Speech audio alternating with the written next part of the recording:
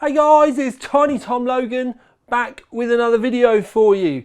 Now, recently I sent a shout out to everyone about wanting to do some white roundups because I am a white hardware fan. My rigs are always white. You can see over in the corner there, that is my rig. Now, that I've been running for quite a while, but there's been an awful lot of hardware that's popped up recently that's been really nice, and the white stuff doesn't have to be super expensive anymore. You can get keyboards, you can get mice, which has been around for a while, headsets, but the hardware and everything's catching up as well, and it's almost like most things have a white version, including graphics cards. But I've been using white graphics cards for 5 years maybe, and before that I was painting them. Anyway, so I have done this giant roundup over on the website. I will put the link underneath. It's a full roundup of boards, cooling, motherboards, mice, headsets, in-your-ears, cases, all kinds of stuff, including itty-bitty baby graphics cards that came in white as well. So, and that's because Asus were the first people to send a big batch in. So I've done a big batch roundup. But one of the things they also said was overclockers had built a white system. And they said, why don't you have a go at building one yourself, like the overclockers one? Well, I have, and I think it's time that we take a look before we have a proper in-depth look at this, because I'm actually pretty proud of this one. Okay, so here is the off-the-shelf OC UK system that you can get. They've put some basic pictures over on the side, and there are a few things that you can change. You can go from the i9 to the i7. As you can see there, it saves you £165 if you go for the i7. You can change the cable colours that you want, and you can change the solid state drives that you fit. But the rest of the hardware is pretty fixed. It says the GT502, 1000 watt power supply. I'm going to assume that's the Thor. Then you've got obviously the CPU. Got the board here, which is the D4, but it doesn't say it. You can tell down here that it's DDR4, but I just don't know why they didn't use the white one, because I think it would have looked a lot better. And there are no other changes that you can make. You can't change the graphics card, you can't add anything. And I think that in reality I would have done it slightly differently, which is why I have. Now in my cart I have the white motherboard, the exact same case that they did. I've got listed here the Loki. Now I would have picked the 850 because that's what I've got fitted, but they don't have it listed on the shop. But they do have the 1000 watter. I've actually picked the Ryujin cooler because I've got the new white one. I happen to know that's going to be £10 more than this, so that's going to be worth keeping in mind. I also added in some extra fans. Obviously just went with white Asus ones. They only do those TUF ones. Now the memory here, I've gone for 2 sets because I've got 2 sets in mine just to fill it out, and because, with all due respect, they were only 90 quid. You can obviously just go for 2 times 16 if you want and save yourself £90. 13900K, 990 Pro 2TB, and then I went for the 4080 Strix, which is why my price up here is so vastly different, because I went with that one. I think it's like £500 or £600 more for the 4090, but it is listed on their shop if you want. Now, if we were to, let's just remove the 4080. You have to wait for it to update. Now, what I'm going to do is I'm going to find the white 4090 Strix. That is over here. But what I'm also going to do is give you a couple of upgrade options as well, seeing as we're spending money. And then cable mod. Going to go down here, we're going to add some cable mod cables, and then I'm also going to put a riser cable in so that we've got vertical graphics.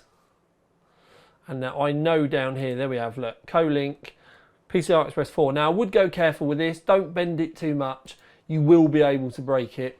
So just go very ginger. That's the same with all riser cables unless you spend a lot of money on them. But I've gone for the cheap one just for the sake of being cheap to show you. Now look, with the 4090 and the upgrades, we are 4,000, let's say 4,300. That still puts us a good £400 below the overclockers. And I think it does mean that we've got a slightly better system. This is not a dig at overclockers because obviously they've got build charges, they've got to do things with what they're going to have readily in stock. This was just me saying, what could I do? But also with kind of what I had at home already from obviously the review stash. Now this is my version finished. I'll spin it round nice and slow for you just so that you can get a look, but I am actually pretty proud of how this one come out. I know anyone can put a system together, you know, I'm not saying I'm an amazing system builder, but I'm just happy with how this one come out. The only thing I didn't have, which I have shown you, are the custom cables. So you can see I've got some black cables there and there's a black cable there. Now they would be the one thing that I would change if I could, and I would go with the red and white. Now I am going to show you all of, you can see like my riser cable down the back, you can see all the cabling, but effectively I have tried to build this as clean as possible, which is why I'm going to be showing it to you in depth,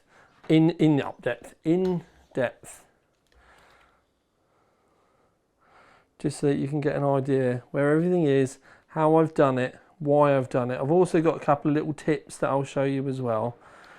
So my cables for the AIO out the back because they're magnetic. I have done a full review on the AIO as well, so you can go and have a look at that. It's the black one that I've reviewed, but I have the white one here now in this. Yes, there are two separate memory sticks in there. You can see very carefully the little tabs on the top, and that is just because I didn't have two matching, but I wanted to fill them up so that there was white lighting in there. Obviously if you were to order this at home, you could order matching kits. I just kind of had to put up with what I could do. The star of the show is absolutely the white Strix, and I think if you're going to use the GT502 as I have, I think you would be missing a trick not to pay that extra money and buy a riser card. The case does come with the adapter for the back so that you can just plumb it in yourself, and you just bolt it in and then you can put your case like that. I have used the little bracketry to hold the end of the card up. Not that there's sag, if anything it's pulling the back of the case more. So this was just to keep it up that little bit, but also away from the window because they can kind of like move a little bit. I've also, as I said, added the fans in. So I've put my fans in the bottom and just in the back as normal. I know we've got reflection, so I'll pop the clear window off just so that we can get a good look. So yes, graphics card is the only thing that I turn to red. I like a little bit of red in my system. I think that brings out the end of the graphics card itself, and I just love the way it looks head on when you look at it like that. One of the things I could have done was turn the TUF logo to red, but I've actually left that unplugged because personally I wasn't that keen, but obviously it is just a personal preference. My phone's going crazy now. Obviously it will do because I'm filming.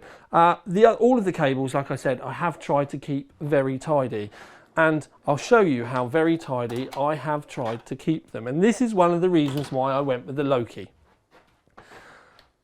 It's just ridiculous tidy back here. Now, you can see I had the white power supply there, which is the white Strix, and I did want to use that, but because I got it when it very first come out, I didn't have a 12VH PWR cable with it, and I can't remember where I put this. Asus did send me one ages ago, I don't know where it is. So I've had to use the Loki, but I don't think that's a bad thing, because what that's allowed me to do, where the power supply is a bit smaller, it's still 850 watt. They do a 1000 watt one, which is the same size, but it's allowed me that little bit of extra room to tuck things down the back. Now, if you use a full-size power supply, then you don't have that option to be able to hide things down the back. And it does mean, like the little mount up here, this is a controller for the fans, and it's the RGB controller. Like, I have tucked everything that I can do down the back. And this is literally the worst of my cabling. You can see the SATA plugged in there for the controller. There are some other SATA cables there. That's pretty much all that is down the bottom. But something I do, and it is just a personal thing, I've left another SATA cable there. Now, I know there are spare SATAs there, I know that, but sometimes you fit something and then you can't find the cable that you need. So it's a personal thing. I normally leave a SATA in the back if I'm not going to see it. And the GT502 case doesn't have a window on the back, so I don't mind leaving it in there. But other than that, I'm actually pretty happy with how the cabling has gone. One of the other little tips that I'll give you is when you're doing something like this, having your zip ties ready. And what I do is I literally have a pot of zip ties and my side cutters, just so that I can stand there, and it makes them easier to get out and grab hold of and put back. And it just makes life a bit easier. It's just something old school thing that I've been doing for years, and it just makes life easier. But obviously that's nice and tidy around the back. Not that you're going to need airflow in there, but we have got nice tidy around this side as well. As I said, I think the upgrade that I would like to do would be some custom cables for these, just to be able to get a little bit more white in there, yes, but also the red.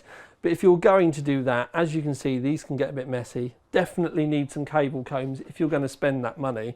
And there's obviously another set of cables just up there that you would see with the red and white as well.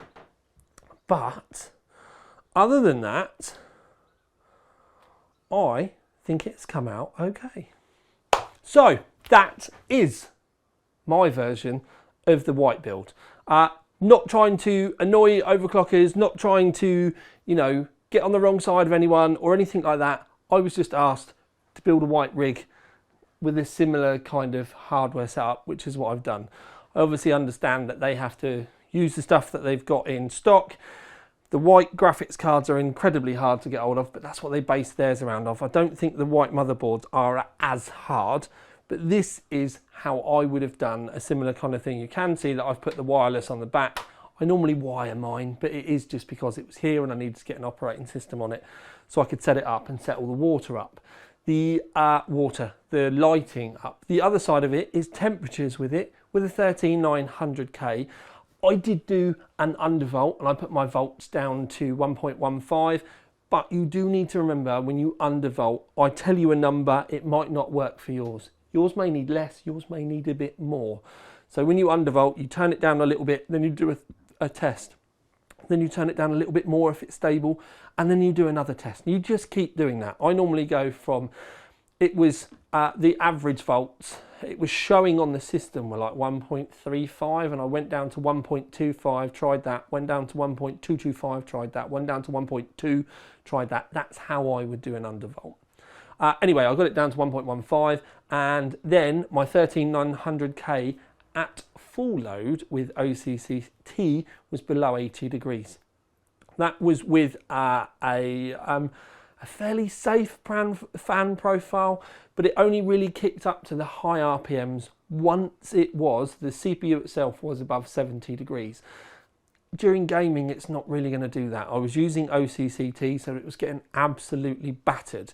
The graphics card itself getting fed with the fans on the bottom, obviously game dependent, but that is going to absolutely love you. And these aren't hot graphics cards anyway, but kind of, because we've got the nice cold air coming in the bottom, feeding it all very nicely. The CPU's got 3 fans kicking out the top anyway, and the extra fan. You're not going to have any worry with temps, but you've got your fan profiles. The only other thing I would say is I've got 3 of the TUF fans, because that's what I had. If I was going to build this by selecting on the website, I'd probably buy the pack of 3 plus a single one, so that I could have 3 in the bottom, 1 in the back, and then you've obviously got the AIO fans in the roof anyway. If I was going to not have a fan in the back, I'd probably want to cover it up with some plasticard or something like that, just to clean the lines up, and then you've got 3 in, 3 out. But it's completely up to you. I would rather have a fan there than there not be a fan though. So there it is. Don't forget, I'm going to put the links underneath. You can go over to the OC3D website. If you do go over there, all the links are going to be in there as well, plus all of the other white roundup stuff, because there has been absolutely loads. Hopefully there will be more of these. It depends whether you guys at home like it. So please let me know underneath, and if you do like it, there will be more. There may be more builds as well. It's completely up to you. Anyway, if you did get to the end, you get yourself a white chocolate ice cream and you can post it underneath. The regulars know what I'm on about, but this is the tiniest one. Love you lots. Mwah. Tiny Tom, hang on. See, I'm all out of sync now, because now I'm meant to say Tiny Tom Logan out. Please remember to like, subscribe, comment and all that sort of stuff. And then I say, ding, love you sis. Because we say goodbye to Michaela, because that's what me and Michaela always used to do when she was growing up.